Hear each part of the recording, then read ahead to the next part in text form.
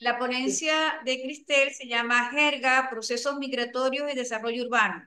La tesis de la generación OSEA. Cristel es licenciada en Letras, magíster en Lingüística de la Universidad Central, doctorado en Lingüística Hispánica por la Universidad Zaragoza, España. Ha sido acreditada por PEI, FONACYT, ganó premio de investigación en la facultad con su tesis de maestría. También tuvo beca sueldo del CDSH en 2018. Fue sobresaliente cum laude con su tesis doctoral. También ha estado publicó en la Comisión de Estudio de Posgrado su libro El dequeísmo, uso deíctico y distribución social en el habla de Caracas.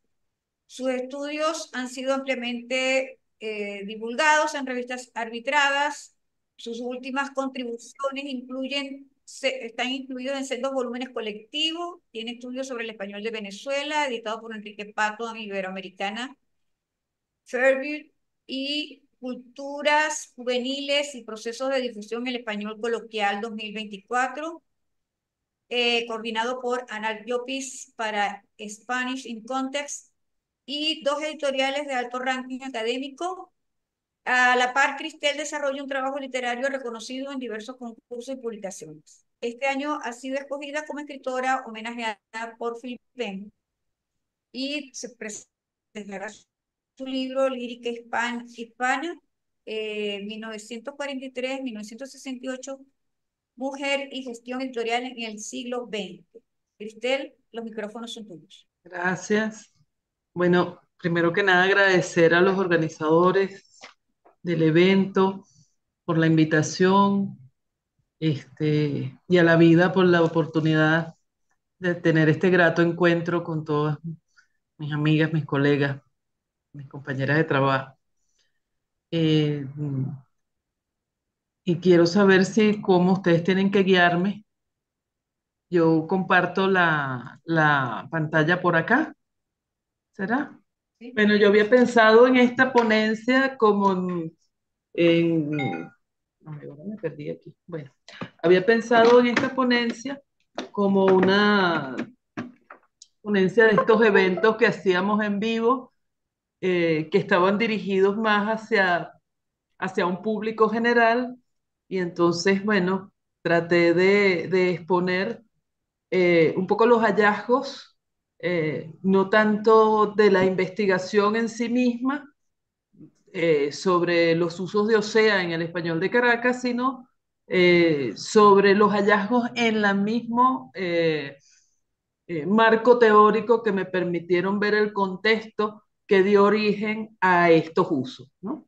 Y que es muy interesante porque justamente como lo dice el término, está asociado a procesos migratorios y de desarrollo urbano que nos tocan hoy día tanto y que nos hacen ver cómo se vuelven cíclicos algunos procesos en el tiempo y que son los generadores de los cambios reales. Entonces, bueno, voy a hacer una introducción al tema de estudio, voy a hablar de la cronología de los usos modales de OSEA, del fenómeno OSEA en Venezuela, como testimonio del habla figurada, ya no en los corpus, sino en lo que uno llama habla figurada. Luego la generación OSEA, y me pregunto si hay una vigencia actual, y que no creo que dé tiempo, si da tiempo, mostraré algunos análisis de los usos en el corpus de habla y algunas conclusiones. Bueno, la clasificación de los marcadores del discurso, como lo relata Martí Aquino y Portolés, tiene unos marcadores que se llaman explicativos y dentro de esos explicativos los más frecuentes son o sea y es decir. Constituye una de las partículas polifuncionales habilitadas para comunicar diversos procesos inferenciales, no solamente ese proceso explicativo, sino que el marcador ha ido desarrollando en el tiempo otras marcas discursivas que pasan por valores no solamente explicativos, sino rectificativos, interpretativos, de gestión discursiva, pero también de gestión del intercambio, ¿no? Que no, como para el cierre, por ejemplo, de una intervención o el inicio de una intervención. Entonces, los objetivos de la investigación o de esta ponencia en realidad es presentar centrarse en mostrar la observación del uso de OSEA en la representación de realidades en el cine y la televisión nacional en el lapso 79-2007, así como su análisis sociolingüístico en un corpus diacrónico de universitarios caraqueños grabado en la transición siglo XX-XXI, si el tiempo lo permite, para precisar el alcance de algunas hipótesis ajenas y propias sobre el empleo aparentemente expletivo de la partícula y su relación de indicidad con la llamada generación OSEA. Bueno, respecto a la cronología de los usos, Lorenzo en 1993 dice que el uso comienza a darse en España en la generación de posguerra, después de 1940, en los niños. Él empieza a ver un uso superfluo a principio de la frase que no tiene explicación y dice que evoluciona progresivamente hasta llegar al final de la frase, que entonces es a principios de 1940, en esa época posguerra, cuando comienzan a darse los usos superfluos. Pons Bordería, que también hace un análisis de los usos de OSEA eh, desde el siglo XV hasta la actualidad, concuerda con esta hipótesis de Lorenzo y dice que esta es la evolución cronológica de los usos. Primero está la paráfrasis, luego surge la reformulación, en el siglo XIX se dan los usos como conclusivos y finalmente en el siglo XX eh, arremeten, y lo digo con ese mismo verbo, los usos modales porque son muchos, ¿no? Entonces, hay varios autores que hablan de usos expletivos, aunque esto no es una partícula que se trate ni en diccionarios, ni en gramáticas, ni en manuales, como casi todos los marcadores del discurso. No obstante, los custodios, entre comillas, del lenguaje, sí le dedican en las obras del habla cotidiana algunos apartes a los usos expletivos y algunos otros autores reconocen que se usa como gestor de tiempo y operador enfático, como un estimulante apelativo o como un regulador de inicio o cierre de intervención.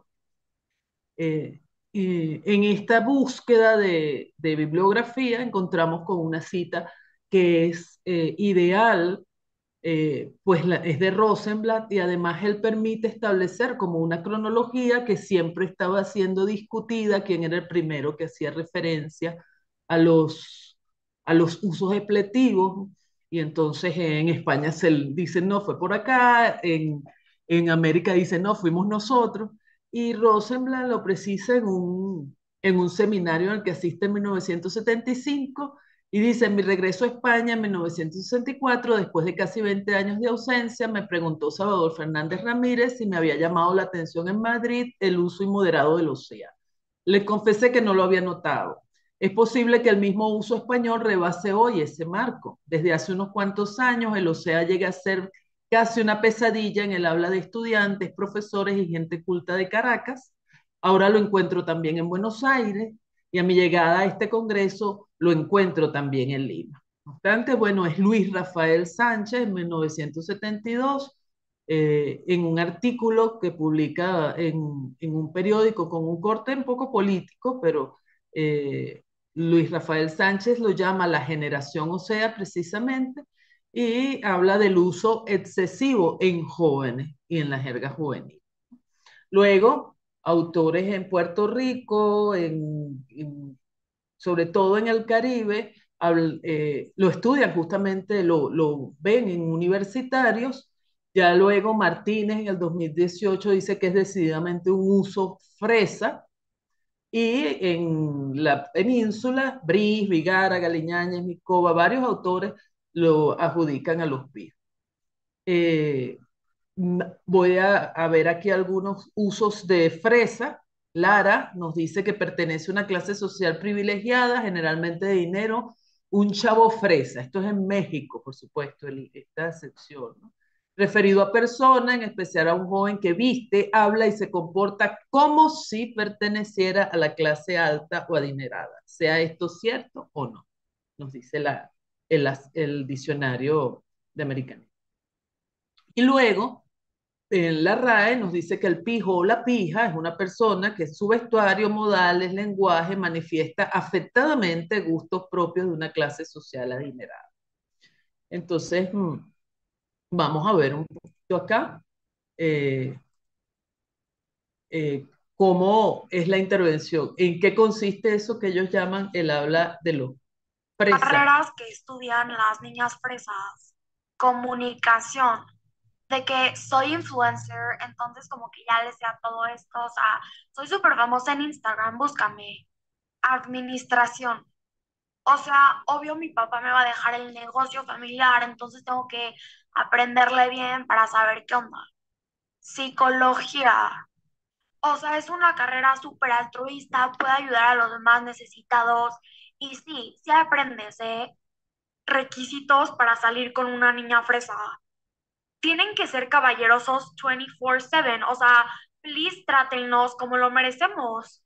Y acá tenemos, por supuesto, la muestra de lo que son pijos. Pijo, o sea, hay que cambiarlo ya de la RAE. O sea, es que esa RAE no está bien, mega antiguo. O si hay que ampliarlo y necesitas 7 u 8 hojas mínimo. O sea, está mega anticuado. Pijo, o sea, hay que cambiarlo ya de la RAE. O sea, Carreras es que esa que RAE está estudian bien, las niñas mega fresas. antiguo. O si Comunicación.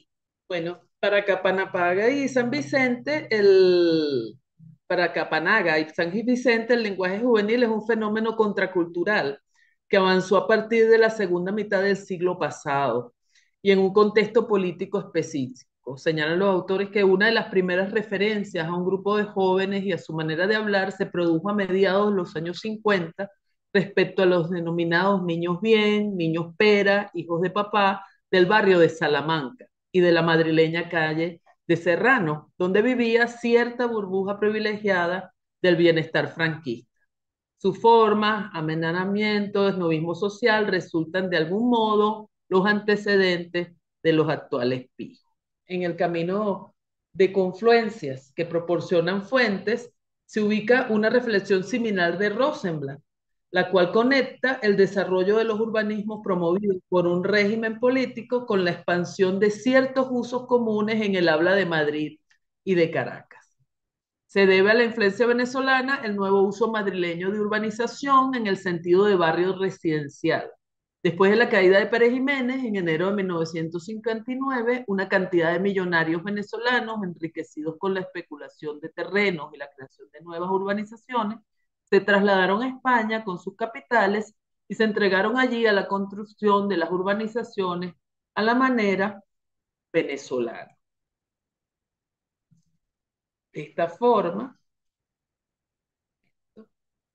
Rosenblatt incluye seguramente, ¿verdad?, a Salamanca, barrio desolado tras la muerte de Franco, donde invertirán sus ganancias los nuevos ricos pujados en la Venezuela saudita de los 70. En aquella década, Madrid es también puerta a los orígenes, comarca abierta a los exiliados que tenían la oportunidad de regresar tras el fin del dictador. Dice Rosenblatt, llevan a la península usos hispanoamericanos incorporados a su habla y traen a su regreso la última voz de moda en la península. Ya hemos visto cómo ha cundido el océano español en Venezuela y en la Argentina. Hoy día nosotros sabemos que Salamanca es el mismo barrio donde se refugian los, entre comillas, por supuesto, los cifrinos en el contexto de la diáspora venezolana. De esta forma, la emergencia simultánea de los usos modales de OSEA en Madrid y varias capitales americanas no parece un caso de concomitancia, sino la influencia de factores históricos externos a la lengua. Si la tesis que se expone es correcta, entonces eventos violentos en el marco de una microdiacronía pueden determinar cambios importantes, posiblemente de largo aliento, en el habla de algunas comunidades. Entonces, bueno, el fenómeno sea, eh, y seguimos con el testimonio del agua figurada, está pegado y lleva el acento en recordatorio al profesor Obregón como pionero de ese trabajo de los marcadores interaccionales en el habla de Venezuela, ¿no? Antonio Brin ha manifestado además que contrario a cierta tendencia mediática que aparece en muchos posts como o sea con acento, o sea ocio, él dice que debería escribirse como se pronuncia. Y bueno, en Venezuela, varios autores también hacen referencia al uso de Osea, pero con más precisión lo relacionan con temas como la moda, el estilo urbano y por supuesto la identidad grupal, que pudiéramos llamar jerga, ¿no?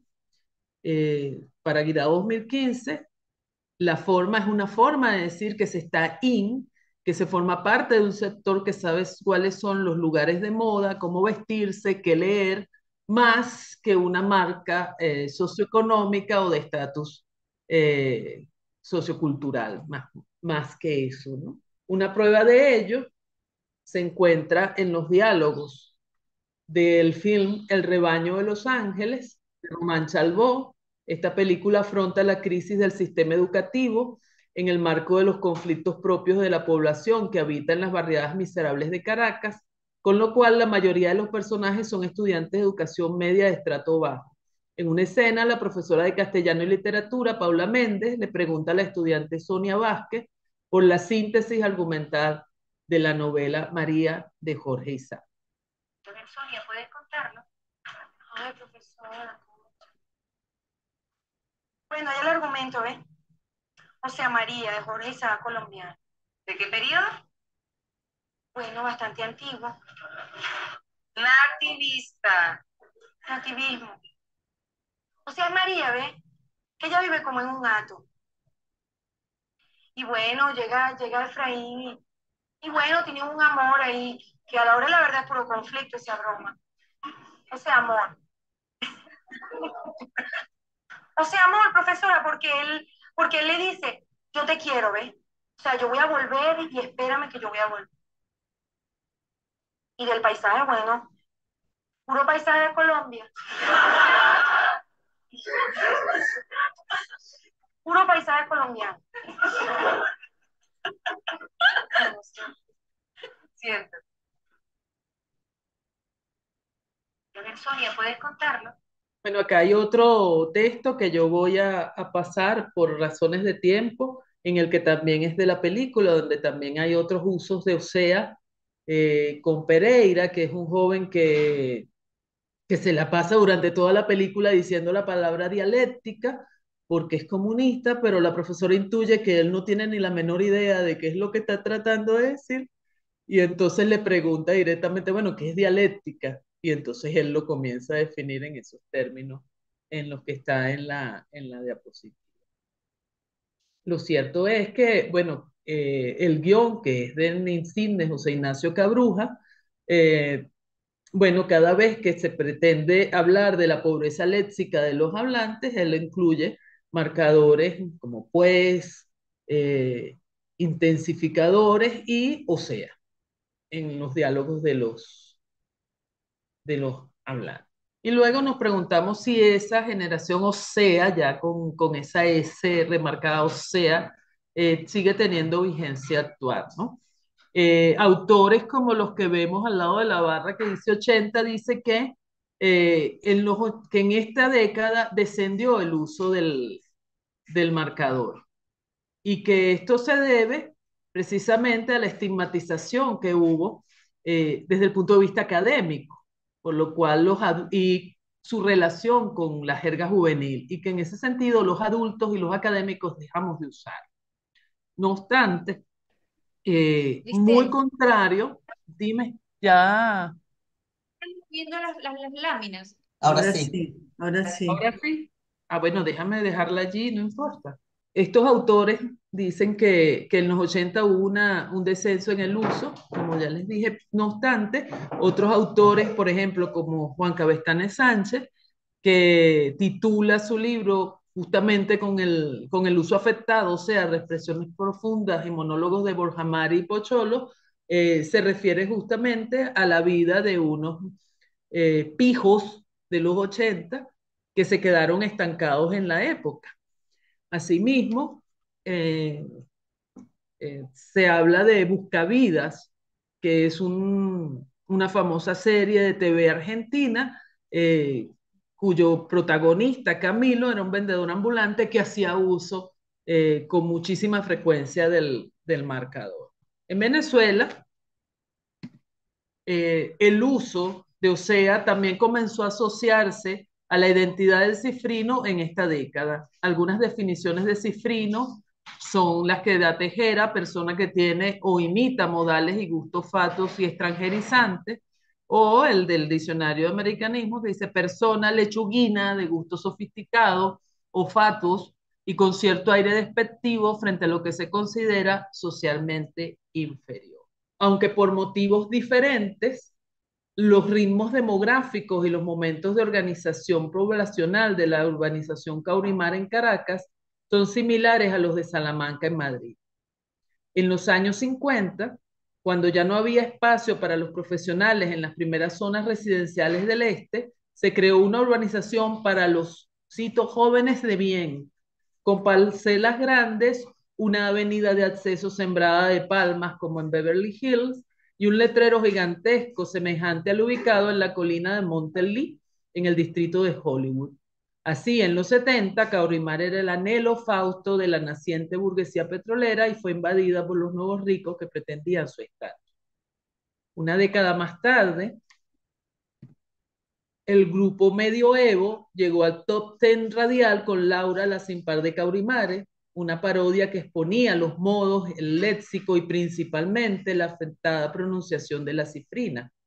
Tras la histórica devaluación monetaria del Viernes Negro, los pavitos de la clase media y los aspirantes a ella comienzan a redefinirse a través de la moda, la música y, por supuesto, la jerga y se populariza la identidad del cifrino en la ciudad de Caracas.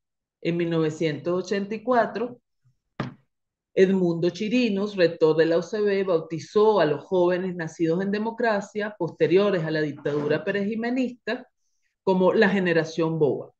Los Bobonians, como lo leí recientemente en un post, cuya referencia perdí en eso de pasar el dedo por la pantalla, ¿no?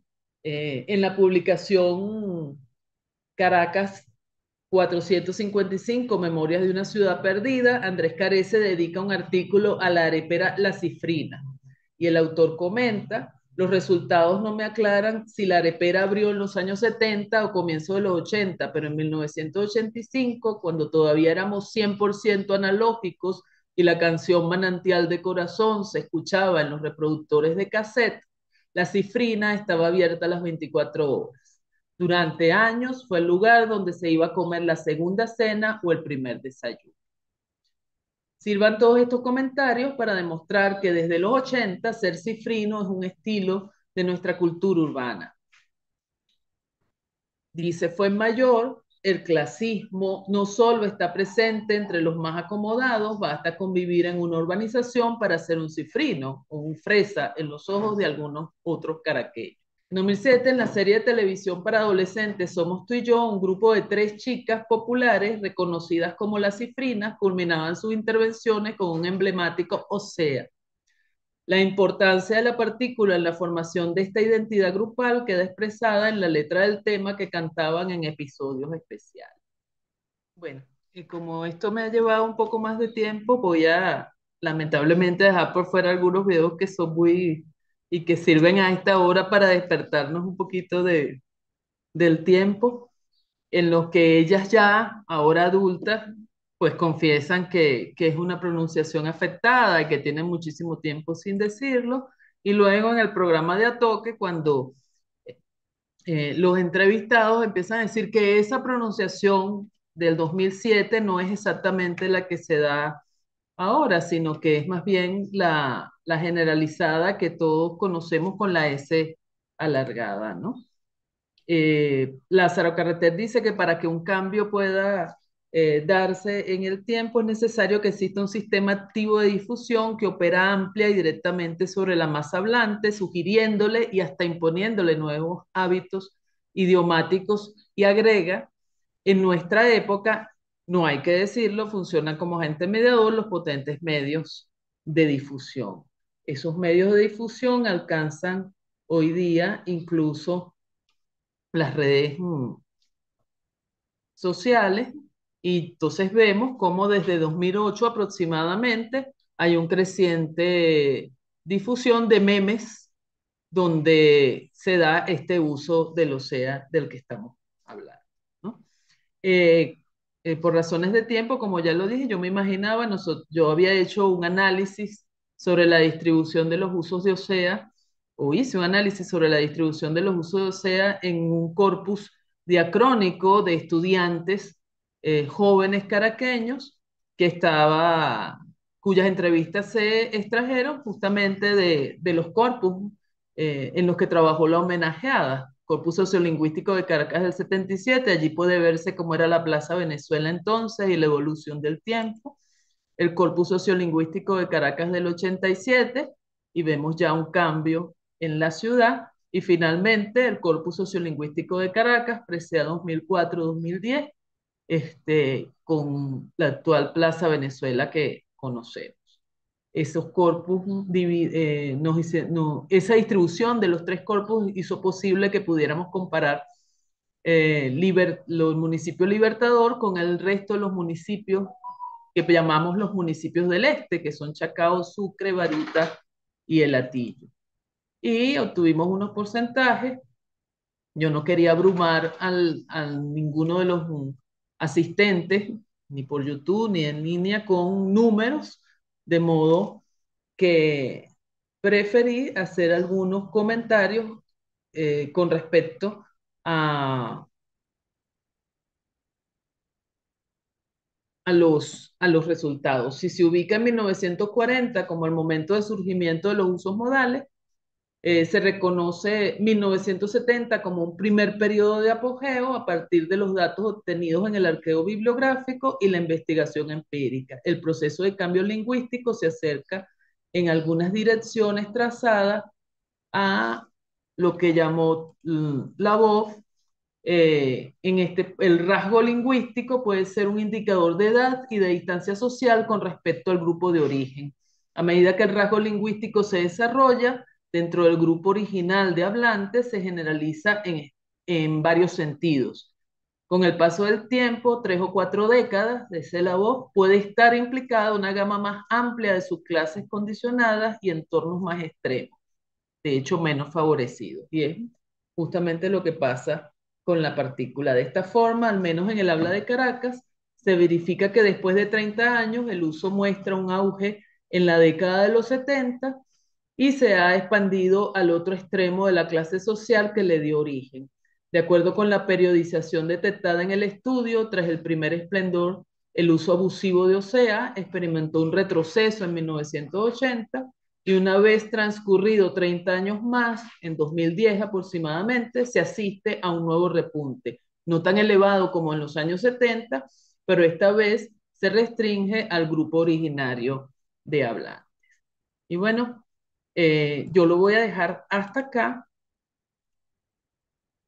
y voy a decirles, bueno, aquí está toda la bibliografía que, que se citó de alguna forma, porque estoy a decirles que muchas gracias por su atención y por su paciencia con mi inexperiencia en compartir estas diapositivas en Zoom. Cristel, ¿tú has publicado ya ese trabajo? Sí, bueno, es la tesis. En la tesis es mucho, mucho más amplia, ¿no? Ok, ok. Mucho, mucho más amplia, y hay un trabajo, pero es solamente con un análisis, con el análisis de un idiolecto, es decir, del hablante que tiene más usos de OSEA, que es un hablante justamente de 1977. Y ese trabajo es el último, el que está allí, que señalaste en la nota, en la bionota de 2024, que acaba de ser publicado. Es mucho más específico, ¿no? Más largo. No obstante, aquí hay referencias que no están ni en la tesis ni en el trabajo, porque son un arqueo primero de video, que es muy difícil llevar esos materiales al texto escrito, Yo hago los pie de página y todo esto, y llamo al link a pie de página, pero no es lo mismo que cuando uno lo presenta. Es justamente un material interactivo que es más de uso en estos contextos, ¿no? Y sobre todo, claro, en las ponencias en vivo, cuando uno se maneja mejor con la tecnología, que puede hacer público los hallazgos, ¿no? Por ejemplo, el hallazgo de la arepería de la cifrina, lo encontré hará un par de semanas, ¿no? Justamente preparando las diapositivas. Entonces, una anécdota con Paola es que cuando yo estaba haciendo esta primera parte del trabajo, todavía Paola estaba con nosotros y, bueno, nos llamábamos semanalmente. Yo estaba en Zaragoza y entonces ella me pedía que le leyera parte. Y le digo, esta te va a gustar mucho. Y entonces me decía, yo no soy cifrina, yo vivo en Caurimare. Yo le decía, claro que eres cifrina, muy cifrina. Pero yo no hablo así, no, sí, hablas español, muy bien español, con acento italiano y además con acento cifrino. Y entonces se reía mucho a pesar de lo cansada que estaba. Bueno, gracias, gracias, hermosa ponencia, Dejo de interesante. compartir, ¿no? Aquí. Ah, Sí. Ahora yes. le vamos a dar a la palabra a nuestro querido José Alejandro, nuestro joven doctor, que va a hacer una presentación titulada Léxico venezolano disponible, comidas, bebidas y cuerpo humano. Por Si ahí viene me la de los permite, borrachos. Doctor en Lingüística por la Pontificia Universidad Católica de Chile, estudios de licenciatura en Letras y Maestría en Lingüística en la Universidad Central, profesor investigador de Calafón, asistente del Instituto de Filología Andrés Bello de la UCB, líneas de investigación centradas en léxico, estadística, sociolingüística y gramática del español.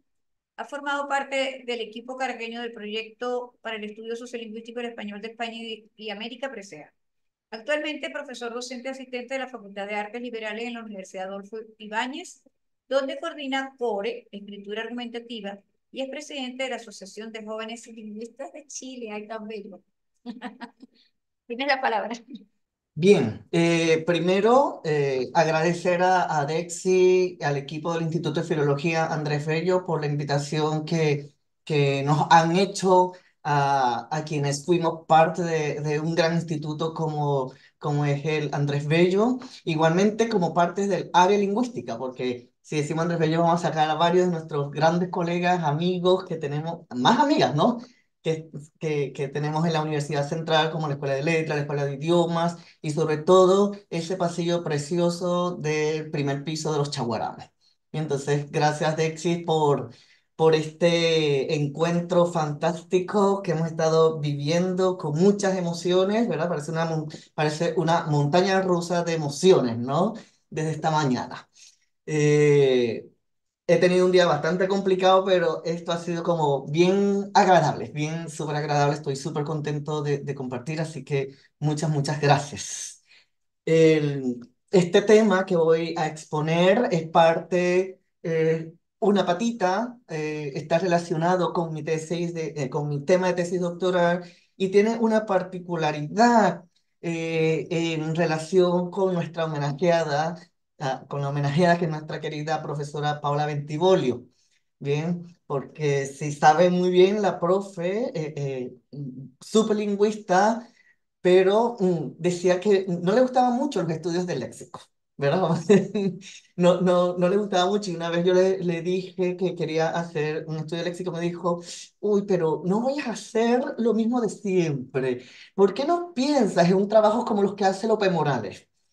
Piensa en uno de estos trabajos que él hace, que ha hecho en Puerto Rico, que utiliza estadística, léxico-estadística, y bueno, la vida me llevó justamente a realizar un estudio doctoral sobre léxico-estadística, específicamente sobre léxico disponible, que era lo que Paola me había comentado en aquel momento.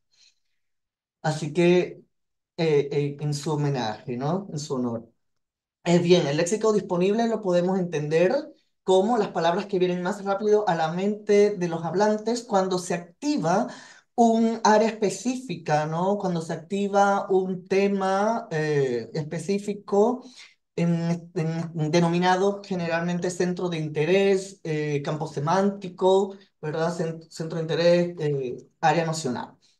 Eh, en particular, este tipo de proyecto está vinculado este tipo de trabajo está vinculado al proyecto panhispánico de léxico disponible, organizado justamente, coordinado por López Morales, y generalmente tiene 16 centros de interés. ¿Bien? Yo he utilizado para este trabajo unos 12, algunos tradicionales, es decir, algunos que se mantienen en el trabajo del proyecto panhispánico, y en este particular me he enfocado en la comida, la bebida, ¿verdad? Que son centros que se analizan en el proyecto panhispánico y que nos sirve para hacer análisis dialectales comparativos.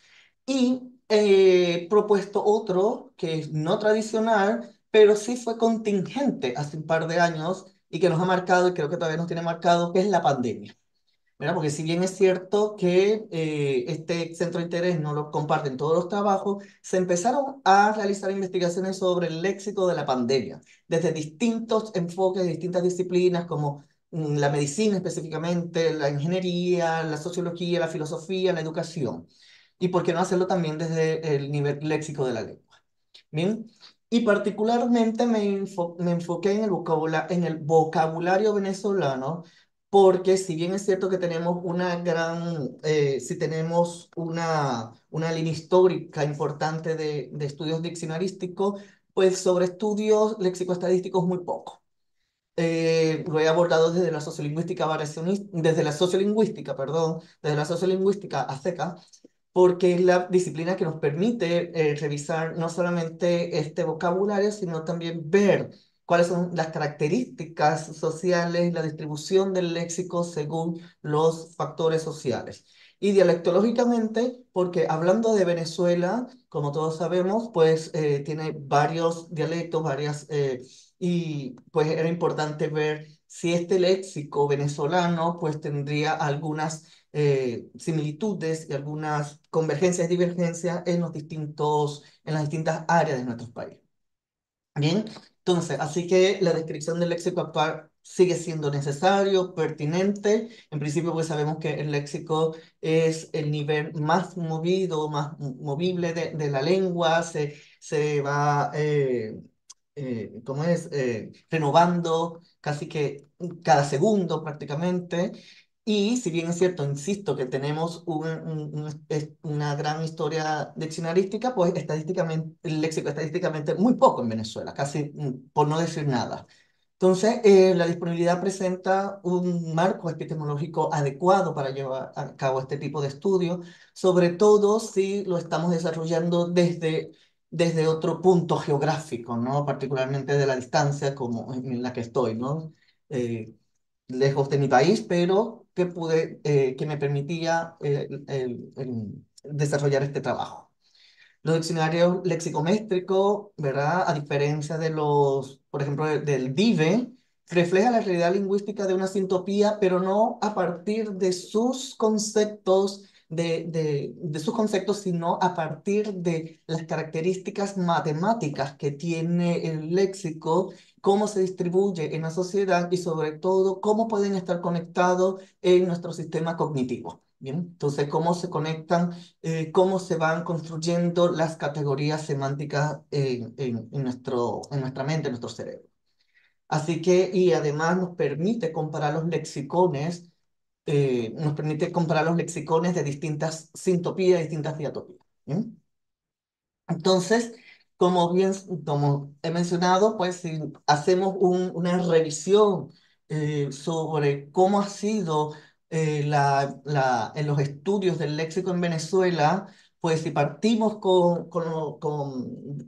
desde la colonia, ya lo tenemos, ¿cierto? Pero son estudios que se denominan estudios precientíficos. Pero si hablamos de los científicos, pues el gran hito es la fundación del Instituto de Filología. Bien, ¿por qué? Porque a partir de su fundación Rosenblatt con su equipo empieza a estudiar el léxico ya con una visión más científica del vocabulario del venezolano. Y partimos con de buenas malas palabras, luego pasa el trabajo del lenguaje coloquial venezolano de la profesora Gómez, el léxico del béisbol de Venezuela y muchos de los repertorios que hizo el profesor Colmenares, los trabajos por supuesto, de María Josefina Baraja, no, chicos, María Josefina Tejera, y yo puse María Josefina Baraja, madre mía, María Josefina Tejera, perdón, junto con Ángel Rosenblatt que hicieron pues el DIVE. Más su nueva edición, el trabajo de Sedano y Pérez sobre el léxico del habla culta de Caracas, el diccionario de Francisco Javier sobre del diccionario de jóvenes, de Núñez y Pérez, ¿verdad? Entonces vemos que ya a partir de finales de los 60 empieza a haber un avance en los análisis y en el estudio del léxico científico, ¿no? Con una visión científica del léxico. Entonces, ha avanzado muchísimo en cuanto a diccionario, a la elaboración de diccionarios semasiológicos y repertorios léxicos. Tenemos, insisto, grandes repertorios en nuestro país, muchos en la biblioteca del Instituto de Filología, pero a diferencia de estos lexicométricos, no son definitorios y realmente son escasa una variedad venezolana.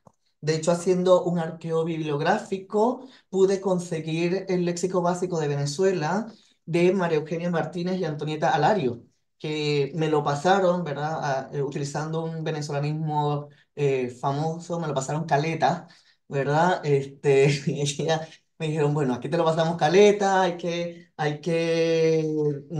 publicarlo, pero en principio sería el trabajo, uno de los grandes trabajos que se ha hecho en léxico-estadística en el país, ¿bien? Este léxico básico de Venezuela. Pero no tenemos, al menos yo hasta ahora no he conseguido trabajo sobre el léxico disponible. Hay un par de trabajos que se mencionan, pero en principio no son investigaciones, son proyectos de una posible investigación sobre el léxico disponible. Y se dice que han publicado algunas partes, pero no hay una revista científica, o al menos en las revistas científicas de Open Access no están disponibles. ¿Bien? Entonces, me pregunté, ¿cuánto es el léxico disponible de los venezolanos sobre los centros de interés, comida, bebida y pandemia? Bueno, hubo más centros de interés que analicé, pero en función del tiempo y del objetivo de este homenaje a Paula, pues he escogido estos tres centros nada más. ¿Cuáles son las palabras más disponibles referidas a estas áreas? Ya no solamente lo cuantitativo, sino también lo cualitativo. ¿Y cuáles son las convergencias, divergencias que podía haber según el sexo de los hablantes y según el dialecto? Bien, entonces me propuse entonces conocer el léxico disponible de los venezolanos respecto a estos tres centros de interés con la finalidad de describir cuantitativa y cualitativamente el componente léxico en relación con variables diastráticas y diatópicas. Permiso. Aquí muy someramente los objetivos específicos en honor al tiempo no los leo todos, pero la especificidad de conocer específicamente las características estadísticas de estas características, cuáles son las palabras más disponibles, cómo convergen o divergen según el sexo y cinco regiones diatópicas de Venezuela como la central, oriental, occidental, andina y zuliana. Bien, entonces pude recoger una muestra a través de la plataforma Google Form. Debo hacer la acotación de que si bien es cierto, he utilizado la metodología propuesta por el proyecto Panhispánico, hay la salvedad de que no tomé los datos a mano, porque estamos lejos, ¿cierto? Luego estamos en un proceso de pandemia y tampoco se podían tomar los datos aunque estuviera en el país, ¿cierto? Así que propuse analizar, recoger los datos a partir de Google Form, ¿verdad? Encuestas de Google Form que me permitieron pues recoger estos datos a la distancia y que a diferencia de tomarlos presencialmente, pues tienen la patita floja de que los hablantes no cuentan con el mismo tiempo. Sin embargo, un estudio previo realizado por los investigadores de la Universidad de Málaga y de Cádiz, ¿verdad? El Antonio, la Inma, que fue mi codirectora de tesis, y una profesora, Esther Trigo Ibáñez, muy amiga, pues este estudio previo que ellos realizaron con los estudiantes universitarios me permitió pues fundamentar la recogida de datos a través de Google Forms, ¿no? Entonces, en definitiva, fueron 227 participantes venezolanos pude organizar cinco áreas de atópica, 152 mujeres, 75 hombres, ahí está el porcentaje, y realicé un análisis de potencia estadística para saber si al realizar un análisis estadístico en este caso con ANOVA, si era importante el resultado, si era relevante. Y la potencia estadística pues indicó que sí, que estos datos eran suficientes para realizar un análisis con ANOVA y TEDstudent. Bien. Eh, ¿Cómo organicé los datos? Pues tomé en consideración los trabajos de País Urdaneta, los resultados de Mora de 97 y sobre todo un trabajo de Castro y Malaver, profe Irania, que por ahí te veo, ahí está ese trabajo 2016, ¿verdad? Que también me sirvió para organizar estos hablantes, ¿no? Para organizar las muestras de estos hablantes. Y según de donde ellos me decían que venían, pues lo pude organizar en estas cinco zonas. Como verán, la distribución numérica pues no es equitativa, pero esperemos que en un próximo trabajo pueda haber más hablantes, por ejemplo, de los Andes, del Zulia, ¿verdad? Y que pueda ser no todo el mundo de Caracas y Maracay. Bien. Entonces, la encuesta tenía dos partes. Era la encuesta sociológica en la que tomé los datos, luego la prueba ya específica de disponibilidad léxica, en la que los hablantes tenían que mencionar todas las palabras relacionadas con comida, bebida y pandemia. Luego, estadísticamente, analicé el número de palabras, número de vocablos, el promedio de palabras y el índice de cohesión. Resultados generales, aquí están. Observamos que de los tres centros de interés, comida ocupa el rango número uno según el número de palabras y según el número de vocablos, así como el promedio de palabras por hablante, seguido por pandemia y bebida.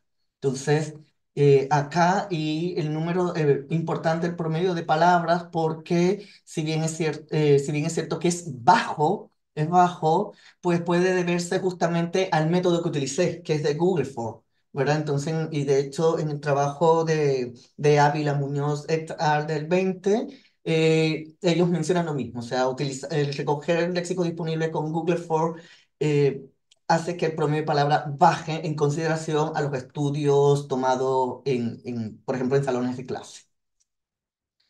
Si nos vamos con el índice de cohesión, es decir, qué tan cohesionado, qué tan concretas son las palabras en cada centro de interés, pues observamos que en este caso ha sido bebida la que tiene el índice más alto, 0,024. ¿Esto qué significa?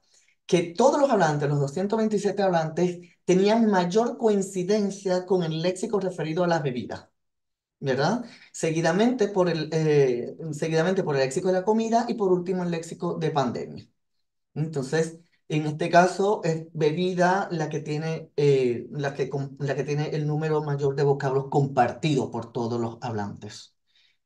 Si observamos en este gráfico, vemos que las mujeres son mucho más, entonces según la variable sexo, la distribución de sexo, pues las mujeres son más las mujeres que contestaron que los hombres y eso, por supuesto, afecta la estadística del número de palabras, el número de vocablos, pero no así el promedio de palabras, que como recordemos, y ahí Cristian me corrige, ¿verdad?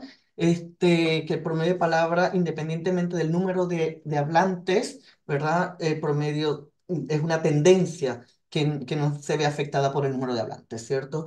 Y ahí observamos, en este gráfico, observamos que las mujeres son las que escribieron más datos, ¿bien? Siendo la comida, el centro de interés comida, el que tenía el mayor promedio, siendo 10 palabras, 10,11 palabras por hablante.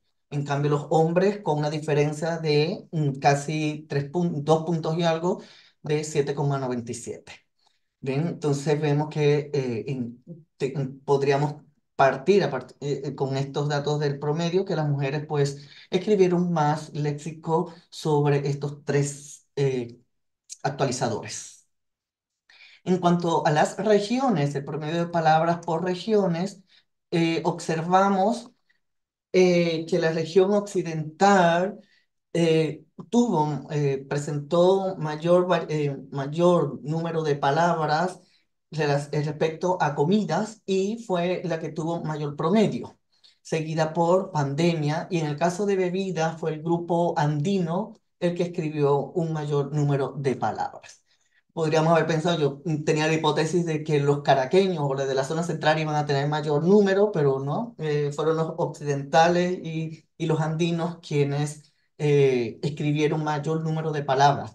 Y hay que anotar que el grupo andino fue bien pequeño, fueron como 9, 10 hablantes de esta región. Entonces, que hayan escrito más palabras, en el caso de bebida, pues nos indica algo respecto a, al léxico de esa región, a la producción léxica de esa región.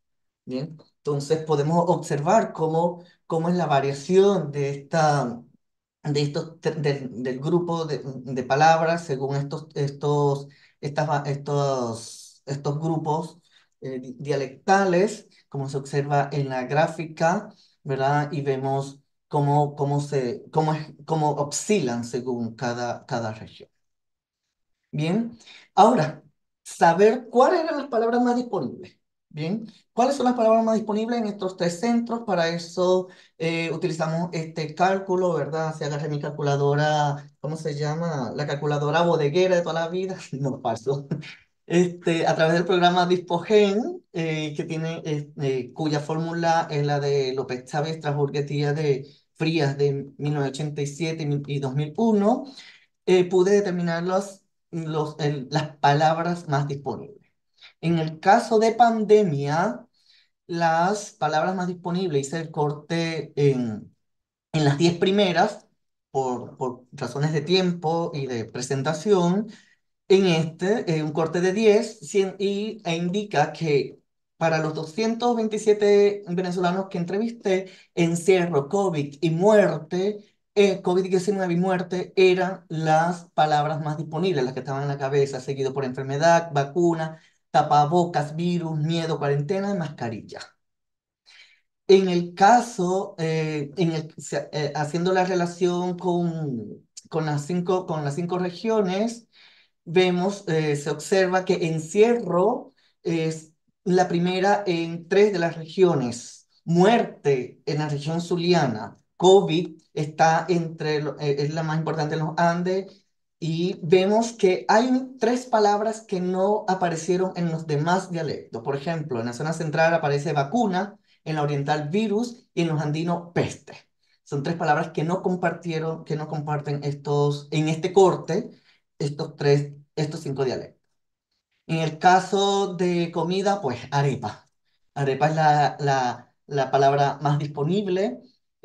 Carne roja, blanca, pasta, pollo, arroz, almuerzo, pabellón, desayuno rico, cena, empanada, sabroso, hambre, hamburguesa, pescado. Son las que están en la lista de las 10 más disponibles. Y hacer una relación entre los dialectos, observamos que los zulianos siempre con la fritanga, ¿no?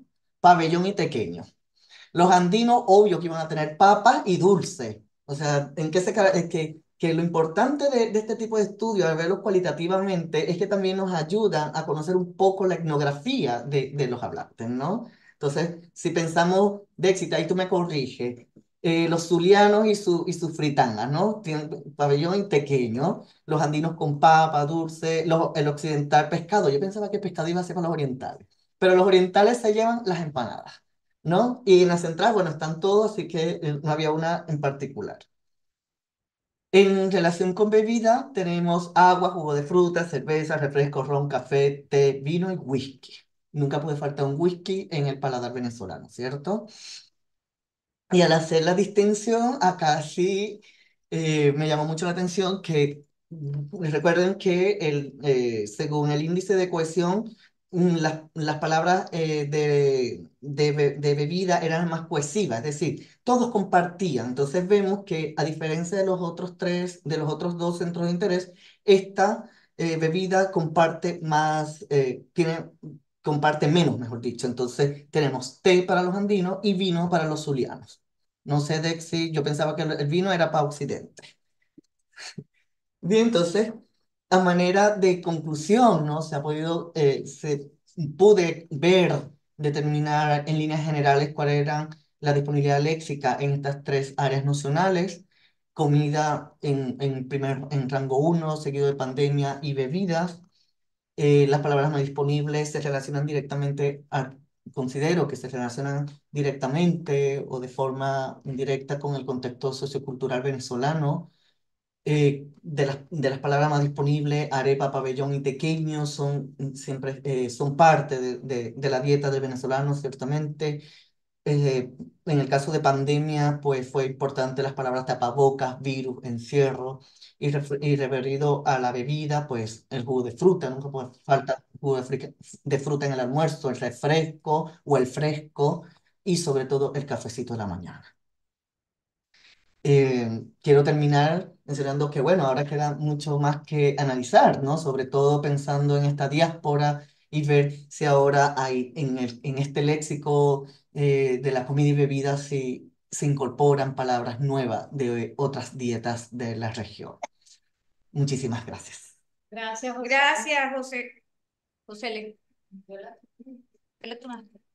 Mira, me encanta eso, ¿tú sabes por qué? Porque para él es buenísimo, Gracias, ¿no? Lo del José. léxico disponible.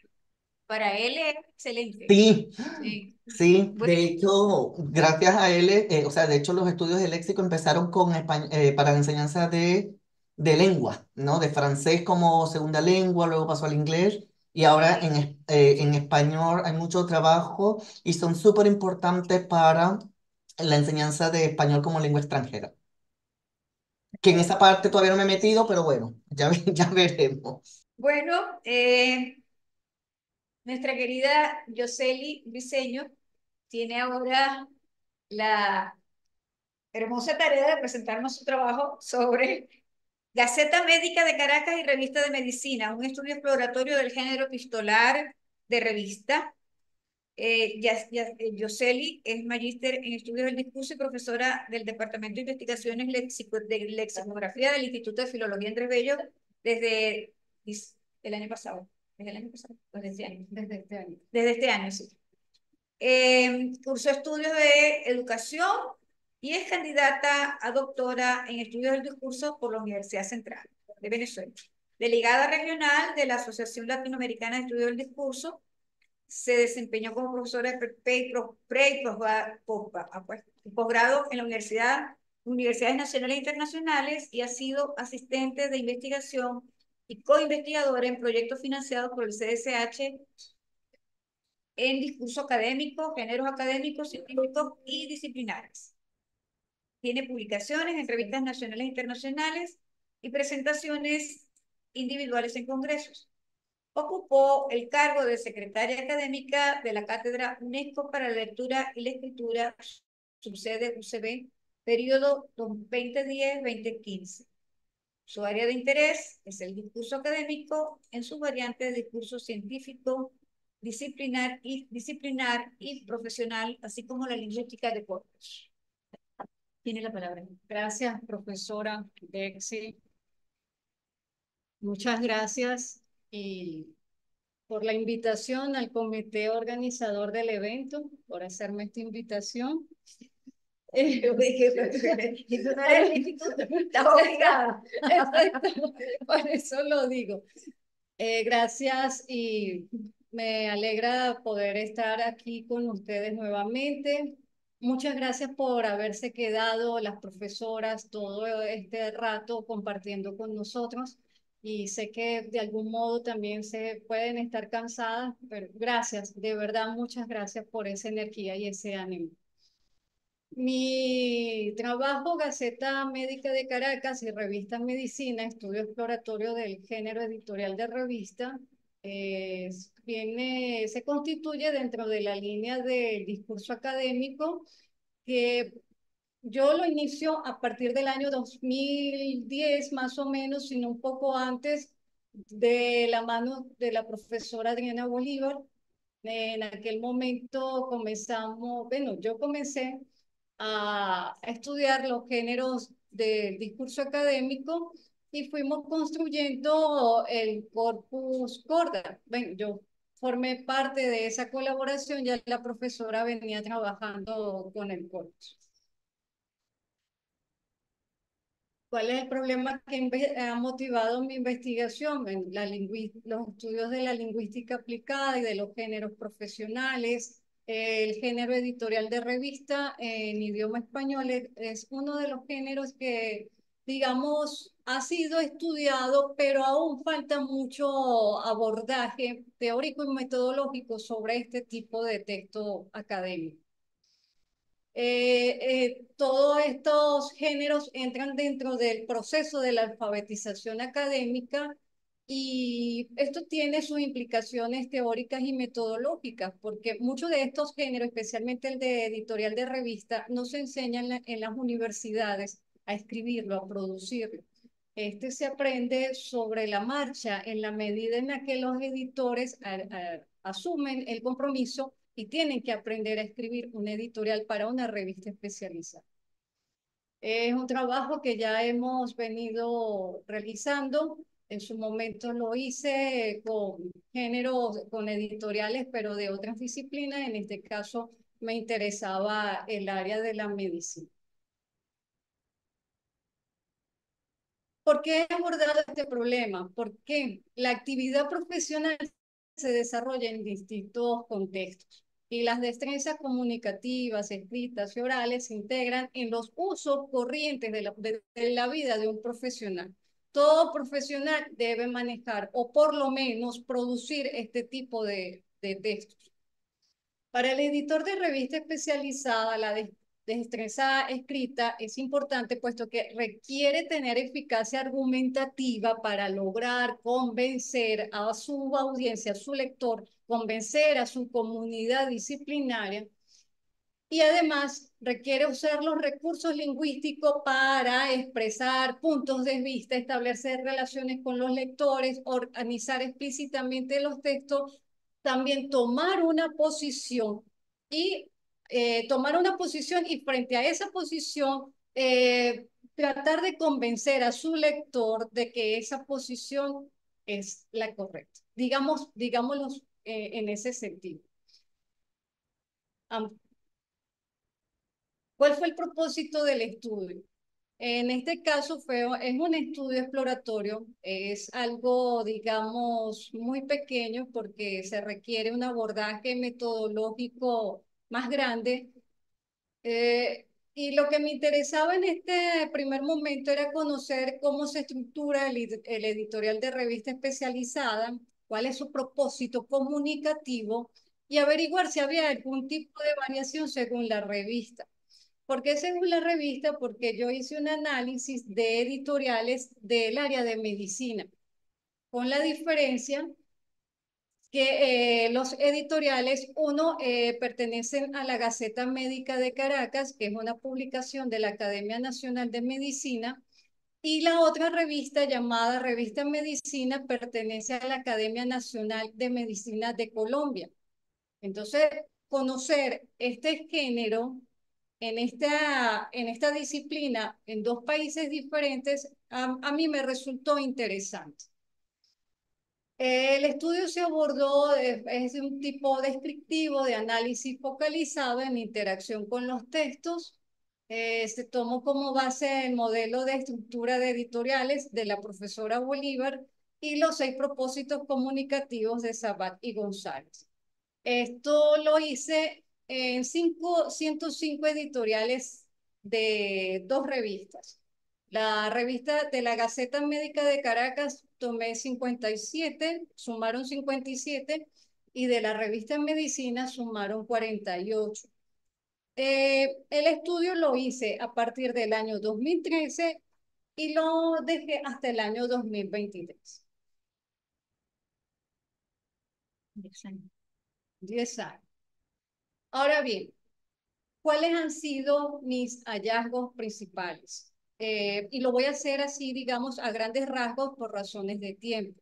Me hubiese gustado presentar muchas otras cosas que vi en estos editoriales que me resultaron muy importantes, y de aquí tomo mucho la noción de la práctica social que mencionaba la profesora Adriana Bolívar.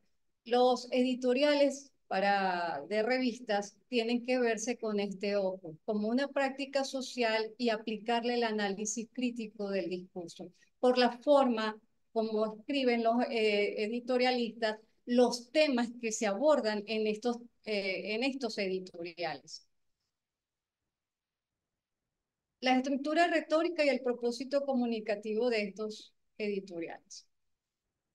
Si nos fijamos, tenemos allí un periodo de 10 años que va 2013 al 2023. Tenemos la Gaceta Médica de Caracas y la revista Medicina.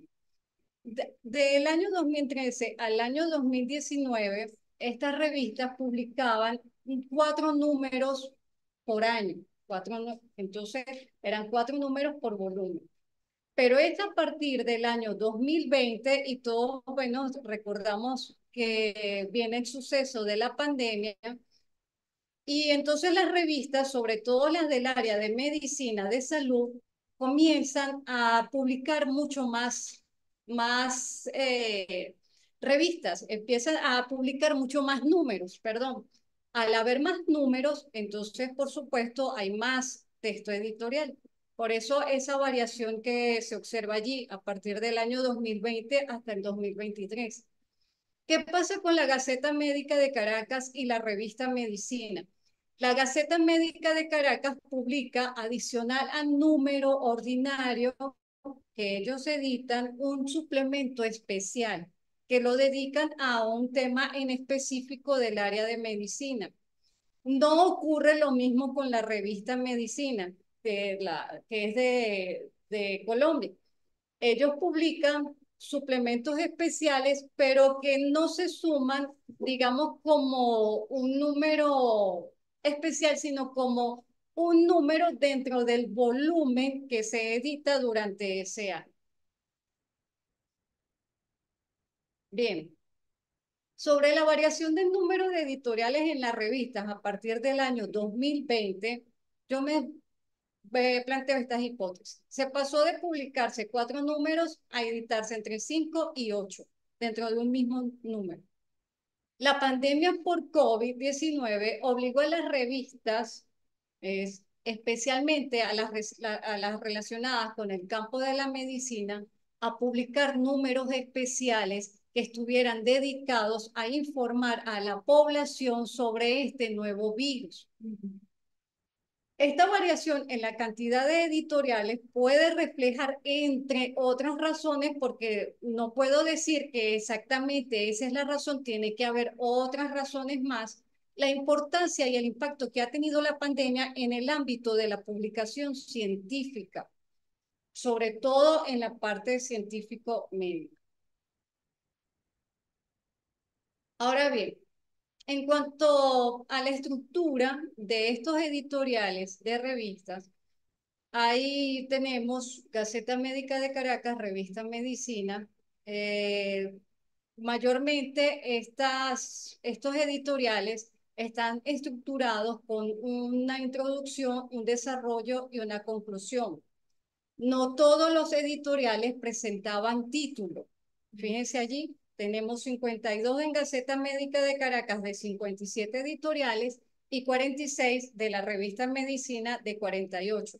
Claro, la variación no es significativa, pero digamos que sí se presentaron casos en los que los editoriales no tenían un título. Ahora, cuando vamos a los gráficos y fotos, observamos que la revista Gaceta Médica de Caracas observé solo 15 casos de editoriales donde se mostraban gráficos y fotos. La revista Medicina solo tenía 10 editoriales donde se mostraban gráficos y fotos. Generalmente, de esos 105 editoriales que yo revisé, que examiné, lo que más predomina es el texto, la información. Y solo usan las fotos y, digamos, los gráficos cuando ellos van a referirse al estudio que ha hecho otro autor.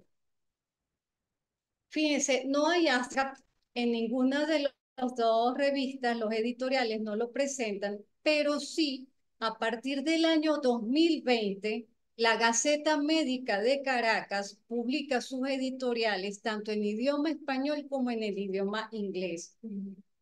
Creemos que esto tenga que ver con el impacto que tuvo la pandemia del COVID sobre estos tipos de publicaciones, pero además también está el hecho de que las revistas buscan un alto nivel de, digamos, de excelencia para poder entrar en los índices de mejores revistas, en los rankings.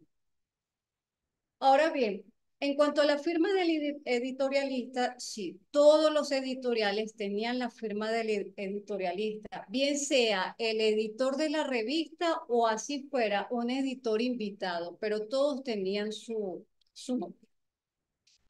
Ahora, los editoriales analizados, digamos, aquí voy a presentar algunos ejemplos. Por el título, Avances en el conocimiento de la progresión de la neoplasia intraepiteliales cervicales de grado. No puedo ver muy bien lo que sigue allí. Y otro título, Un paso más. Introducción, el concepto de investigación. Gracias. El concepto de investigación va poco a poco penetrando en los círculos académicos y universitarios. Estoy colocando, digamos, muy poquitos ejemplos por razones de tiempo. Desarrollo, pero surgen inquietudes muy preocupantes. Un ejemplo es la neurocisticercosis que produce daño cerebral y epilepsia como secuela. Otro ejemplo, no me avanza. Okay. Una conclusión que encontré, gran escenario de investigación, encontraré al científico cuando abra estas ventanas y descubra que muy poco se ha conocido y que queda muchísimo por salir a la luz del conocimiento científico. Algo que me llama mucho la atención, y por eso es que estos tipos de textos tienen que verse con ojo del análisis crítico del discurso y además pensar que son textos con un propósito comunicativo de muy social. Es que, por ejemplo, en los gráficos y fotos de la revista Medicina, que es de Colombia, no se muestran fotos como las que podemos ver en la Gaceta Médica de Caracas, como el ejemplo que tenemos aquí a la derecha, bueno, a mi derecha. No te enfermes, no hay medicinas. Hubo una imagen que yo no quise colocar como ejemplo porque yo consideré que era una imagen sensible, pero que aparece en los editoriales de nuestra revista aquí en Venezuela. Y era el caso de niños con desnutrición severa. Eso fue una foto, una imagen que yo durante los editoriales que analicé en ese periodo no llegué a observar. Entonces vamos viendo cómo hay una adecuación de un género académico a un contexto social. En este sentido, entonces, el propósito comunicativo, comentario general acerca de la disciplina, las prácticas científicas, políticas de salud o educacionales. Yo agregué un comentario allí que la crítica acerca de las políticas de salud es un añadido mío, porque el autor Zapat y González, estos autores, no hacen esa salvedad. Claro, yo estoy analizando editoriales que se producen en una disciplina como una medicina, pero en un contexto latinoamericano. Seguramente el estudio que estos autores hicieron no encontraron este tipo de propósito comunicativo. Entonces yo hago la salvedad y lo añado como un elemento más. Informar sobre eventos científicos de la comunidad, homenaje a autoridades epistémicas de una comunidad disciplinar, el discurso de la revista sobre la revista, las presentaciones de artículos, los agradecimientos.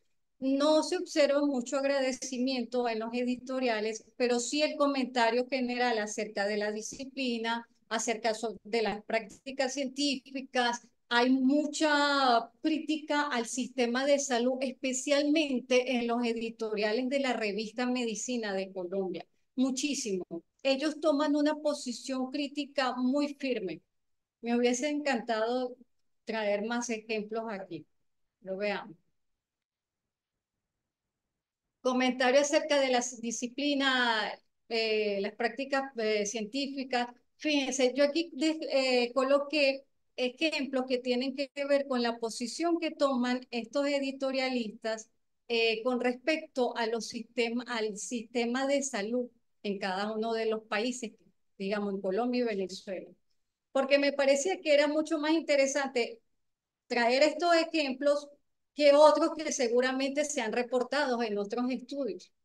Por ejemplo, en la Gaceta Médica de Caracas, los hospitales públicos localizados en las zonas con mayor número de habitantes y bajos recursos económicos hoy día son el reflejo de un país devastado por la desidia de sus gobernantes. Ejemplo en revista Medicina.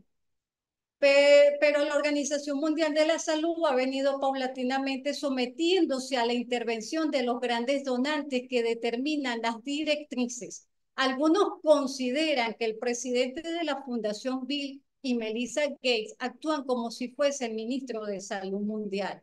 Entonces, fíjese una posición tan firme, aunque ellos hacen la salvedad, algunos consideran tomando, digamos, distanciándose un poco de lo que de lo que está más enunciado anteriormente y lo que sí.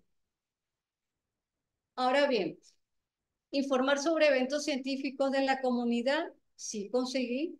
Aquí algunos ejemplos, yo los voy a ir pasando, por favor, para llegar entonces a lo que serían las conclusiones.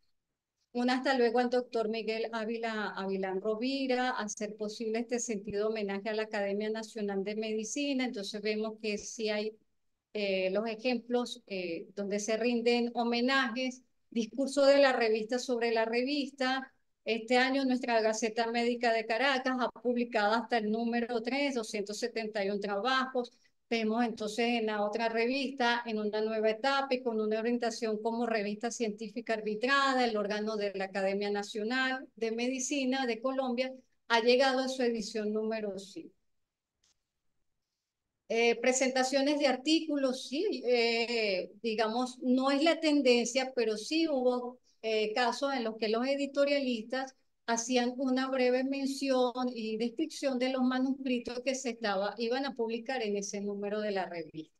Hay agradecimientos, sí, se agradece su asesoramiento, el comité editorial de la revista agradece a los participantes de este número el tiempo dedicado a escribir y evaluar a su contenido.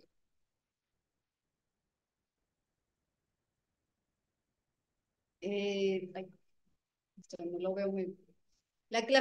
La clasificación del género editorial como un género académico y no como un género académico profesional y no únicamente como un género académico. Los editoriales, digamos, los analizados, se estructuran básicamente de 3 movimientos retóricos: introducción, desarrollo y conclusión. El propósito comunicativo tiende hacia el comentario acerca de las disciplinas y las prácticas científicas, así como a las políticas de salud, mayormente. La variación se debe en gran medida a la adecuación del género a la audiencia a la cual se dirige el texto y a su contexto de producción y de uso. Los estudios realizados han puesto en evidencia la escasa investigación que sobre el editorial de revista especializada existe en idioma español. Implicaciones metodológicas y pedagógicas. El editorial es un tipo de texto cuya producción no se enseña ni se aprende en la universidad o otra institución. Quienes lo escriben lo hacen observando cómo lo han hecho otros y desde el carácter orientador del texto en la comunidad disciplinaria.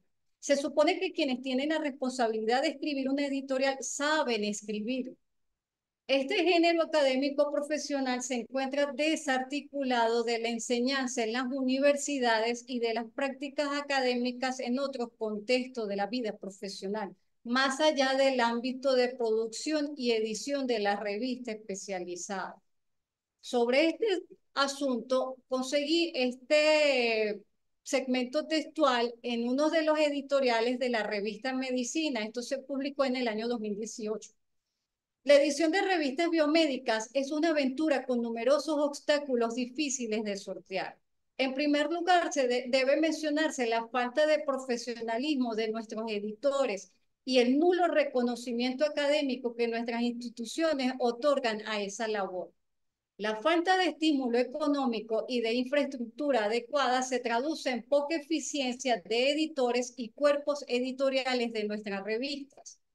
Por otra parte, la poca colaboración de los pares para realizar arbitrajes objetivos y fundamentados impide una mejor selección de los trabajos enviados a publicación. La escasez de manuscritos publicables de buen nivel y estructura limita la producción de buenas revistas biomédicas nacionales.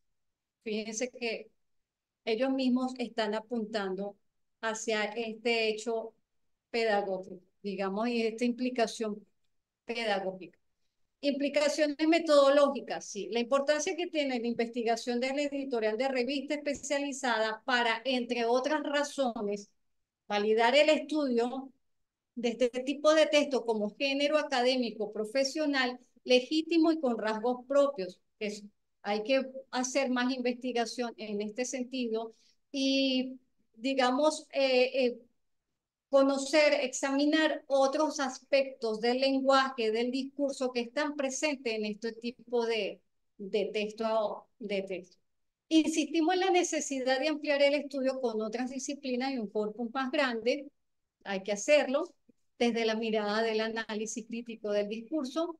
Una línea de investigación de interés es de qué manera los géneros expertos se enseñan en la universidad y cómo la versión pedagógica del género tiene sus propios objetivos y rasgos parcialmente diferentes.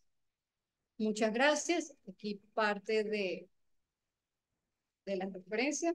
Muchas gracias. Muchas gracias, Yoseli. Queda la última, Yoseli, Yanira, que va a exponer Empinando el codo y otras frases cañeras. Breve estudio fraseológico de la embriaguez en el español de Venezuela. Sí, Yanira es licenciada en Letras y en Educación por la Universidad Central de Venezuela. Finalizó créditos y está por defender la tesis de maestría lingüística de la misma universidad. Sus áreas de investigación, publicaciones y ponencias se centran en el estudio de la fraseología del español de Venezuela y en la didáctica del español en educación media. Actualmente es docente investigadora en el Departamento de Lexicografía del Instituto de Filología Andrés Bello y participa como co-investigadora en los proyectos institucionales de Memoria Histórica del IFAP y Corpus de Artículos Académicos para el Estudio de las Prácticas Discursivas en las Ciencias Sociales y Humanidades en Venezuela, Corpus IFAP 2016.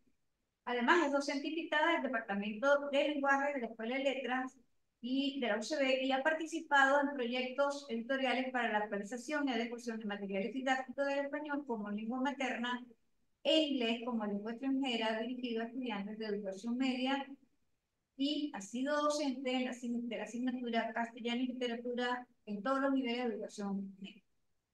Tiene la palabra nuestra querida Yanira, que nos ha hecho la segunda en todos los eventos por el citar.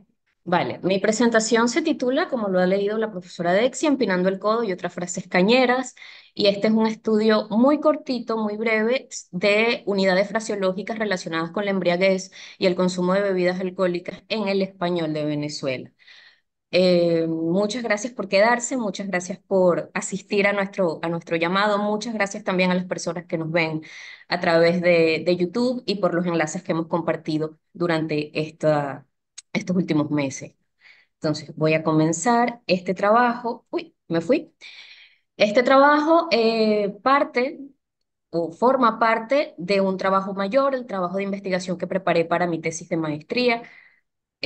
Son algunas expresiones que por unos motivos u otros em, tuve que excluir de ese análisis, bien, porque creo que se ajustaban a los criterios o bien porque, digamos, por alguna particularidad que tenían, pero sí tenía la inquietud y tenía las ganas de analizarlas y de presentarlas aquí con ustedes. He hecho una presentación bastante sencilla, un poco pensando en el público también que nos acompaña a través de YouTube.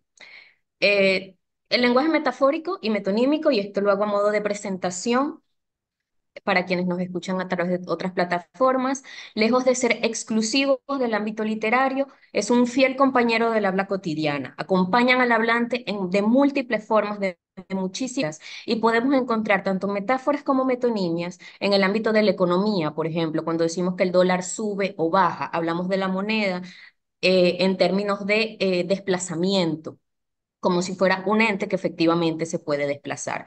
Eso es metafórico. Del trabajo, cuando decimos que nos estamos partiendo el lomo o quemando las pestañas. De las relaciones amorosas, cuando hablamos de infidelidad, de comemuslo, de lo que sea. También, por supuesto, de la alimentación, cuando hablamos de montar la olla o de ser el primer chicharrón de la olla. Y, ¿por qué no?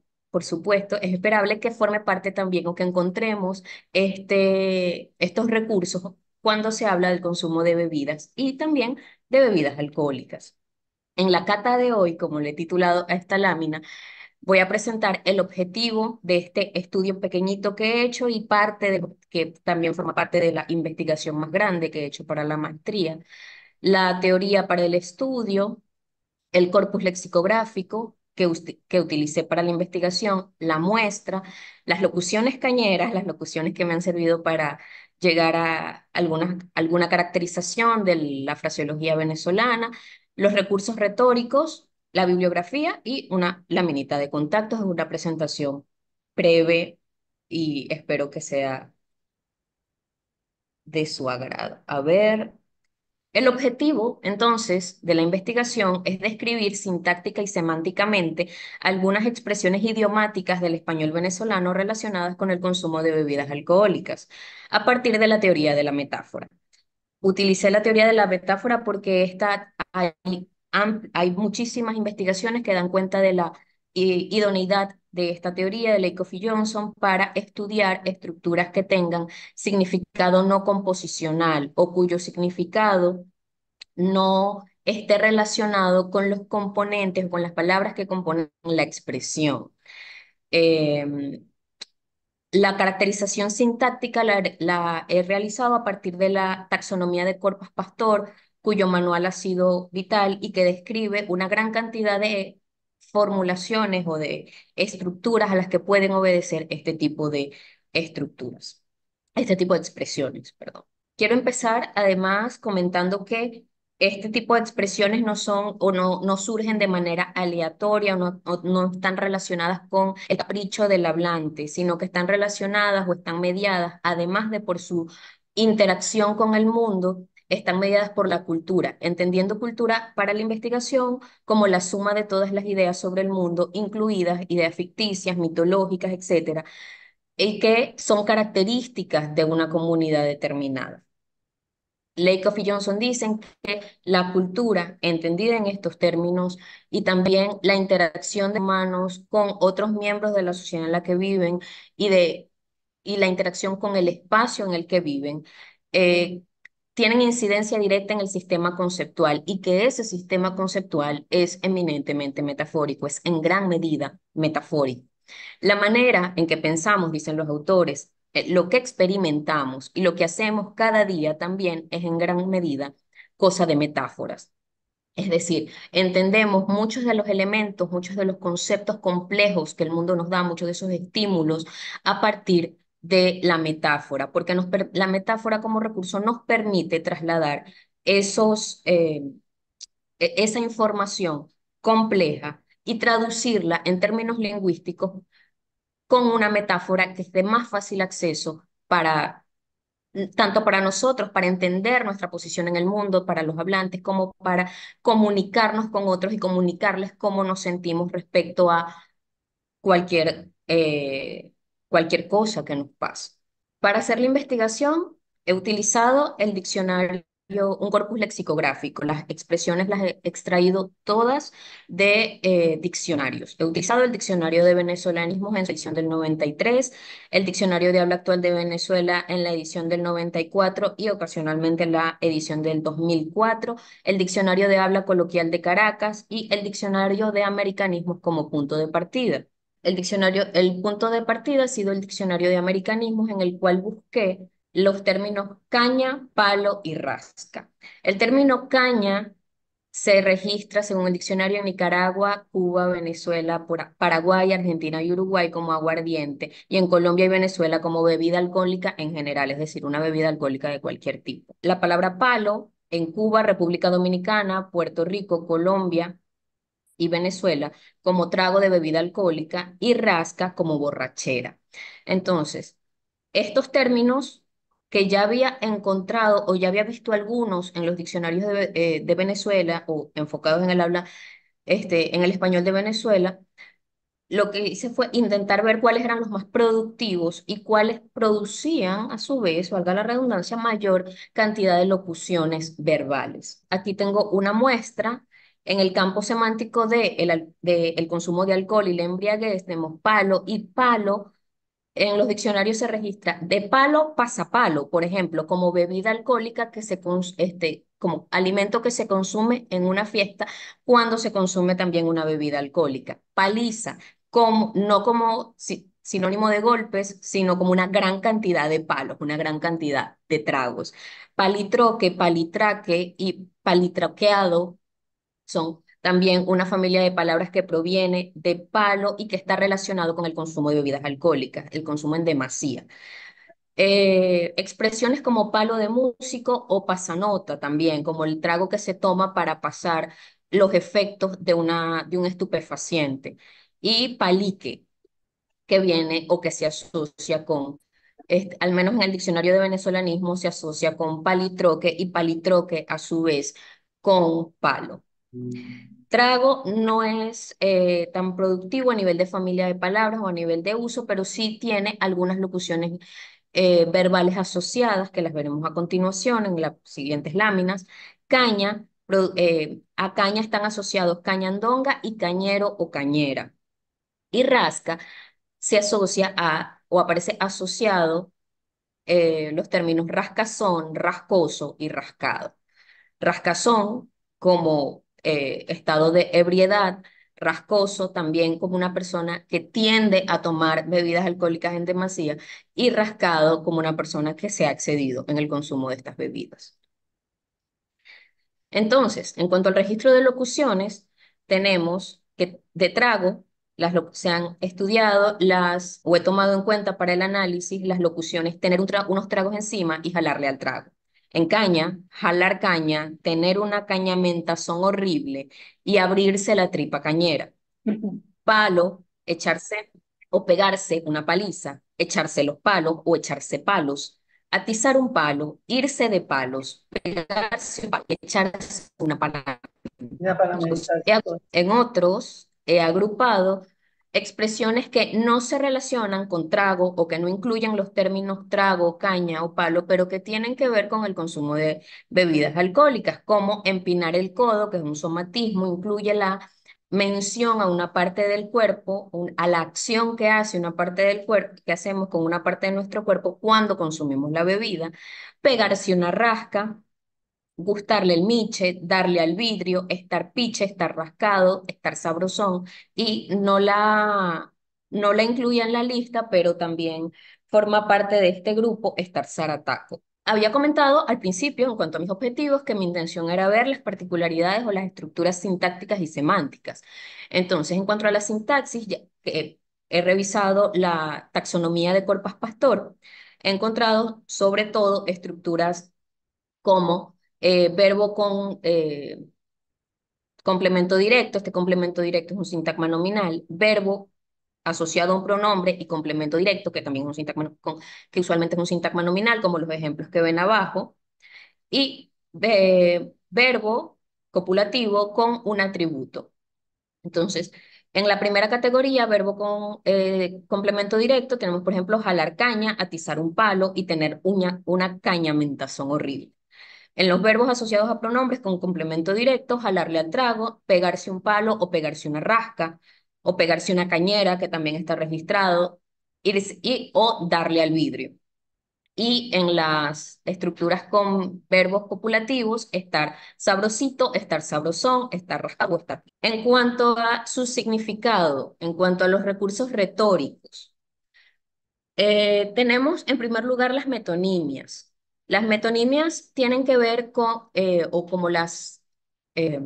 como las Lakoff y Johnson, ellos dicen que es una estructura, es un recurso retórico que sirve para asociar, hablar de un elemento, pero mencionando una parte de este, un elemento asociado a este, es decir, se hace una suerte de asociación, bien sea por las características del elemento al que queremos hacer referencia, pero que resulta menos expresivo. Entonces tenemos gustarle el Nietzsche. Tenemos la metonimia parte por todo, en la cual se utiliza el nombre Nietzsche para hablar de el alcohol en general. Se usa un elemento, un tipo de alcohol específico para hablar de cualquier tipo de alcohol. Es posible que el bebedor no sea, el Nietzsche no sea su bebida favorita, pero se utiliza la expresión para hablar de su gusto por el consumo de estas bebidas. Empinar el codo, la acción por el resultado, la acción de empinar o subir el codo mientras consumimos algún tipo de bebida, hace alusión a el consumo propiamente dicho. Y darle al vidrio, se habla con el sintagma nominal vidrio, se habla de, me distrajo, sí, se habla de contenedor por contenido. Bien, se puede hacer alusión a el, el material del vaso o la botella que contiene el licor, o bien la preferencia, como lo señala el diccionario de la lengua española, la preferencia para entregarse a el consumo de esa bebida, entregarse a algo, uso pronominal, entregarse a algo con desenfreno, por ejemplo, se dio a la bebida o se dio a las drogas. Este es un ejemplo textual del diccionario de la lengua española. Entonces, tenemos este primer grupo que responde a recursos retóricos metonímicos. Hablamos de acciones relacionadas con el consumo de bebidas, pero no del consumo de bebidas directamente y no y tampoco se pueden interpretar de manera estrictamente literal. En cuanto a las metáforas, voy a empezar por las que tienen verbos copulativos.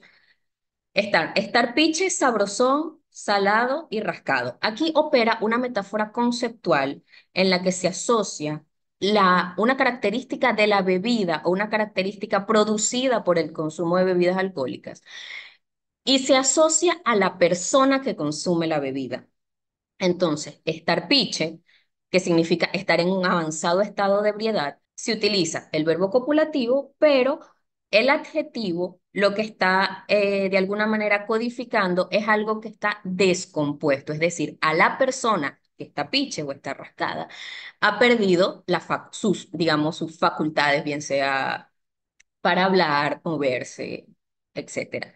Sabrosón y rascado tienen que ver con los efectos con los efectos del consumo de las bebidas y el mismo diccionario de venezolanismo señala rascar como causar embriaguez. Entonces tiene sentido que el verbo rascar esté asociado, el verbo rascar y los adjetivos rascado y rasposo se asocien no a la urticaria, como en otras variedades, sino a eh, el consumo de esta clase de bebidas.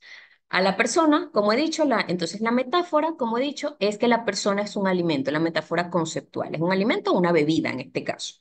Este tipo de unidades o de metáforas conceptuales están registradas en el texto de Lakoff y Johnson, es decir, es una metáfora que se puede reproducir o que se puede ver en otras variedades, en otras lenguas. Luego tenemos jalarle al trago, jalarle a la caña, que codifican otro tipo de metáforas. Aquí ya no, la persona no tiene la característica de la bebida o no absorbe, digamos, esa característica, sino que más bien se trata de que el alcohol se codifica como una bebida que se jala o atrae. Puede ser, como lo vemos en la imagen, por el hecho de traer el vaso, de llevar el vaso o la botella hacia la boca para poderlo tomar. Esa acción se codifica en jalar, en el verbo jalar, eh, cuyo significado pues es traer o así. Pegarse una rasca y pegarse un palo también forman parte de estos grupos. La embriaguez es algo que se pega o que se une, es algo que el bebedor se adhiere a sí mismo o algo que se hace a sí mismo. Entonces, en ese caso, en ambos se hace uso de verbos pronominales, indicar que el hablante o que el bebedor se ha inducido al estado de ebriedad. Ok, voy a mover esto porque tengo mil cosas acá. Entonces, ese es, digamos, las características semánticas de este grupo de locuciones. Al final se trata más o menos, he traído un grupo muy pequeñito, pero se trata de un campo semántico bastante amplio cuando estuve haciendo la revisión. 110, 120 expresiones relacionadas con la embriaguez entre palabras simples, compuestas, locuciones nominales, verbales, adverbiales, etcétera. Y es un campo bastante amplio que vale la pena seguir estudiando, sobre todo para ver cuáles son las particularidades de sus estructurales y semánticas de dichas expresiones. Finalmente, entonces, cuatro copitas para concluir. El repertorio de palabras de uso coloquial del campo semántico de las bebidas es exclusivo del español venezolano. Como vimos al principio, aparece registrada en varios países de América. Sin embargo, muchas de las familias derivadas de esas palabras no aparecen en el diccionario de americanismos, pero sí en los diccionarios de español venezolano, en el diccionario de habla coloquial de Caracas, en el de habla actual y el DIVE. En el español de Venezuela, los términos rasca, caña y palo son especialmente productivos, más que trago, por ejemplo, como lo vimos en una de las láminas anteriores. En cuanto a su familia de palabras, este último, palo, es particularmente productivo en cuanto a las unidades fraseológicas asociadas al mismo. Las locuciones verbales asociadas a este campo semántico tienen patrones sintácticos diferentes. Sin embargo, tales patrones están entre los más comunes según la taxonomía de Corpus Pastor. Y finalmente, la del estribo, los recursos retóricos de las locuciones analizadas son metáforas y metonimias, pero también es posible encontrar hipérboles. Por ejemplo, estar dentro del litro para hablar de una persona que está en exceso, en estado de ebriedad excesivo. En la construcción de significados operan metáforas conceptuales relacionadas con el consumo del sabor, con el consumo, como jalar y pegarse, con el sabor, como darle al vidrio. Eso es todo. Aquí tienen algunas de las referencias consultadas y muchas gracias por su atención, muchas gracias por acompañarnos. Con esto cierro. ¿Cómo Oye, quedaron? wow, qué maratón hemos tenido, ¿no? Pero qué bonito ha sido. Yo quiero felicitar a todos los que presentaron, no puedo dejar a ninguno afuera.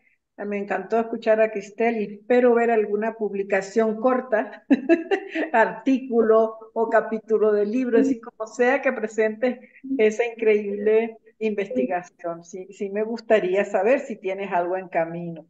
De José Alejandro puedo decir que me dio un enorme gusto verlo como un investigador, su rol de investigador, el trabajo que ha hecho y que está haciendo en Chile es muy, muy bonito. Yoseli tiene un tema muy interesante, me sorprendió, no sabía que estabas estudiando editoriales, así es que, bueno, me parece un tema bastante original trabajar los editoriales de medicina, ¿no? Yo he visto algunos y en realidad son centros de poder, de control del conocimiento, así es que me parece muy bueno. Y Yanira, pues muy original tu trabajo sobre la fraseología de la bebida, ¿no? Y el uso de las metáforas sí me parece bastante acertado. En realidad no tengo preguntas porque yo creo que ya estamos todos cansados, pero sí los felicito de mucho corazón. Así es que eso es lo que les puedo decir, que nada más que me da gusto. Yo Muchas también gracias. quiero agregar algunos comentarios y voy a empezar por lo último. Yanira, me tienes embriagada con tantas copas, pero muy chévere tu descripción de esas metáforas tan Sí. interesantes y tan embriagadoras. Dan ganas de tomarse alguna de esas copitas. Bueno, ahora nos tomamos algo. Sí. Yoseli, te invitamos, Adriana y yo, a formar parte del proyecto 13, que es el estudio del discurso académico escrito. Así que prepárate para nuestras próximas reuniones y todo lo que puedas aportar al respecto para Todo un hablar honor, profesora. Un de honor, editoriales muchísimas gracias. científicas y de discurso científico. Muchas gracias. Cristel, o sea, O sea, muy interesante, muy ameno lo que presentaste. Fue un placer oírte y me encanta verte de nuevo y que sigas adelante en lo que estás haciendo y mucho más. Todavía tengo aquí con mucho cariño tu libro de cuentos, de cuento infantil. Me encanta, así que te recuerdo con mucho cariño y estamos en contacto. Gracias a todos, muy emocionante estar con ustedes.